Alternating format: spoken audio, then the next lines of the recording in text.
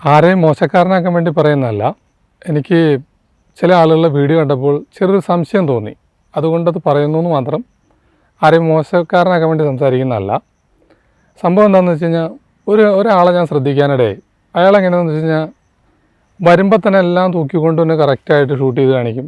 അതേപോലെ കുളിമുറിയിലെ കക്കൂസിലെ വീട്ടിലെല്ലാം കറക്റ്റായിട്ട് ഷൂട്ട് ചെയ്ത് കാണിക്കുന്നുണ്ട്. ഒരു കാര്യം മാത്രം പുള്ളി കറക്റ്റായിട്ട് കാണിക്കുന്നില്ല. അത് പല വീഡിയോയിലും ഞാൻ നോക്കിയായിരുന്നു. പുള്ളി എല്ലായിടത്തും കൊണ്ടൊരു ചെക്ക് അങ്ങ് കൊടുക്കും. ആ ചെക്കിലൊരു വലിയ തുകയും പറയും. അത് ഏത് ബാങ്കിലെ ചെക്കാണെന്നോ അതല്ലെങ്കിൽ അതിനകത്ത് എഴുതുന്ന തുകയും കാണിക്കില്ല, അതിനകത്തുള്ള ഒപ്പും കാണിക്കില്ല. ഇതെനിക്ക് പല വീഡിയോകളിലും സംശയം ഉണ്ടാക്കി.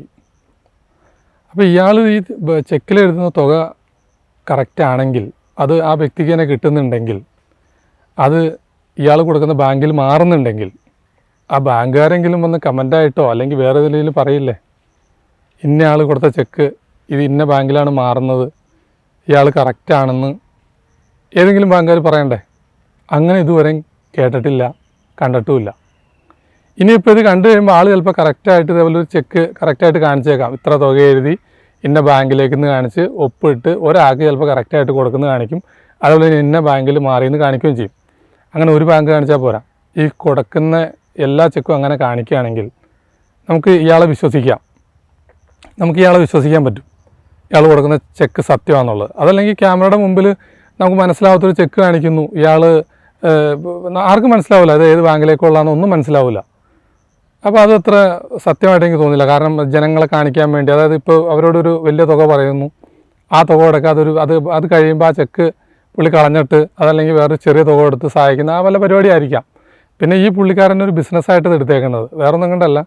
ഇവൻ ഈ സഹായിക്കുന്ന സംഭവം, അതായത് ആ സഹായം മേടിക്കുന്ന ഞാനൊരു കഴിഞ്ഞ ദിവസം 3 പെൺപിള്ളേർ, 2 പേര് ക്യാമറയിലേക്ക് നിൽക്കുന്ന പോലുമില്ല, ക്യാമറയിലേക്ക് മുഖം കൊടുക്കുന്ന പോലുമില്ല. ഇവൻ ഈ പിള്ളേരുടെ ദയനീയാവസ്ഥ എടുത്തുകൊണ്ടുപോയി വിറ്റ് കാശാക്കുകയാണ്. അതായത് ചാനലിലേക്ക് ഇട്ടിട്ട് വിറ്റ് കാശാക്കുകയാണ്. അവൻ ചാനൽ വഴി അവൻ പൈസ ഉണ്ടാക്കുന്നുണ്ട്. അതേപോലെ ഈ വീഡിയോ കാശുള്ള ആളുകളുടെ അടുത്ത് ചെന്ന് കഴിഞ്ഞാൽ ആളുകൾ വിചാരിക്കും ഇവൻ സത്യസന്ധനാണെന്ന്, ഇവൻ്റെ കയ്യിൽ കുറേ കാശ് കൊടുത്ത് ഏൽപ്പിച്ചേക്കാം, ഇവൻ ഈ പൈസ പാവപ്പെട്ടവർക്കൊന്നും കൊടുക്കുമല്ലോ എന്ന് വിചാരിച്ച് കാശുകാർ ഇവനെ വിശ്വസിച്ച് ചിലപ്പോൾ ഇവൻ്റെ കയ്യിൽ പൈസ കൊടുക്കും. ഇതാണ് അവൻ്റെ ട്രിക്ക്. അതായത് ഇവന് ബിസിനസ് ഉണ്ടെന്ന് പറയുകയും ചെയ്യും. ഇവന് ബിസിനസ്സുകാരെ നിന്ന് കാശ് പിരിക്കാനുള്ള പരിപാടി അത്. ഇവൻ ഇങ്ങനെ വീഡിയോ എടുത്ത് എന്തിനാണ് ആളുകളെ കാണിക്കുന്നത്? ഇവൻ്റെ കയ്യിൽ പൈസ ഉണ്ടെങ്കിൽ സഹായിച്ചോട്ടെ, നല്ല കാര്യമാണ്. ഈ ഒന്നുമില്ലാത്തവരെ ദയനീയാവസ്ഥ ലോകം മൊത്തം കാണിക്കുന്നത് എന്തിനാ? ഇവൻ നല്ലവനല്ല, ഇവൻ ശരിക്കും ബിസിനസ്സുകാരനാണ്. അത് പുറത്തുനിന്ന് പൈസ ഇവൻ്റെ അടുത്തേക്ക് വരാൻ വേണ്ടിയുള്ള പരിപാടിയും ചെയ്യുന്നത്. അത് പുറത്തുള്ള ആളുകളുടെ നിന്ന് കോടീശ്വരന്മാരെ നിന്ന് പൈസ ഇവന് വരണം.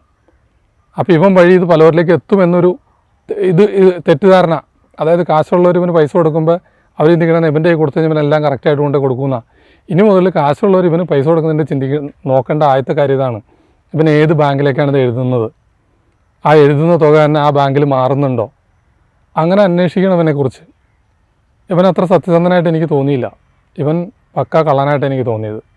ഇവനെക്കുറിച്ച് കുറേ ആരോപണങ്ങളൊക്കെ വന്നപ്പോൾ ആ ആരോപണം ഉന്നയിച്ച ആൾക്കാരെ തെറി വിളിക്കാൻ കുറേ ആൾക്കാർ വന്നായിരുന്നു. ഇവൻ പൈസ കൊടുത്ത് തീർക്കുന്ന ആൾക്കാരായിരിക്കും വന്നിട്ടുണ്ടാവുക. ഇനിയിപ്പോൾ എന്നെ നിങ്ങളൊന്ന് തെറി വിളിച്ചാലും എനിക്കൊന്നുമില്ല. നിങ്ങൾ വിളിക്കുന്ന തെറിയാൻ കേൾക്കാതിരുന്നാൽ പോരെ, നിങ്ങൾ എഴുതുന്ന കമൻറ്റ് ഞാൻ നോക്കാതിരുന്നാൽ പോരെ. എന്ത് എഴുതിയാലും എനിക്കൊന്നുമില്ല. കള്ളന്മാരെ എൻ്റെ കൺമുന്നിൽ കണ്ടാൽ എനിക്ക് ഏകദേശം പെട്ടെന്ന് തന്നെ മനസ്സിലാവും അവൻ കള്ളനാന്നുള്ളത്. അപ്പോൾ ഈ തെണ്ടിനെ കണ്ടപ്പം തന്നെ എനിക്ക് കള്ളനായിട്ടാണ് തോന്നിയത്. വേറൊന്നും കണ്ടല്ല, ഈ പാവപ്പെട്ടവന് ഒരു വിലയും കൊടുക്കുന്നില്ല അവൻ. അവരെ ദാരിദ്ര്യം ലോകം മൊത്തം കാണിക്കാൻ ഈ നാറി. എന്തിനാണെന്നാണ് ഞാൻ ചോദിക്കുന്നത്. ഈ നാറിയുടെ ബിസിനസ് ചെയ്ത് കാശുണ്ടെങ്കിൽ അവന് പൈസ കൊണ്ട് എല്ലാവരും സഹായിച്ചാൽ പോരെ. സാധാരണ മനുഷ്യർ, അതായത് എല്ലാവർക്കും നാണമുണ്ടെന്നേ, ഈ പൈസ മേടിക്കുന്നവർക്ക് നാണമുണ്ടെന്നേ, അല്ല പുറത്ത് കാണിക്കുന്നില്ല എന്നേ ഉള്ളൂ. ഇതുപോലും മനസ്സിലാക്കാനുള്ള ഒരു വെളിവില്ലാത്തൊരു തെണ്ടിയാണ് ചെക്കുമായിട്ട് ഇറങ്ങിയേക്കണത്. അപ്പോൾ അവനോട് എനിക്ക് പറയാനുള്ളത്, നീ ഇനി ചെക്ക് കൊടുക്കാൻ നേരത്തത് ഈ കറക്റ്റ് ആ തുകയും നിൻ്റെ ഒപ്പും ഇത് ഏത് ബാങ്കിലേക്കാണ് ഒന്നൊന്ന് കാണിക്കാനേ നല്ലതാണ്. കാരണം ജനങ്ങൾക്കൊന്ന് അന്വേഷിക്കാമല്ലോ ഈ ചെക്കിൽ പൈസ മാറിപ്പോയിട്ടുണ്ടോ എന്നുള്ളത്.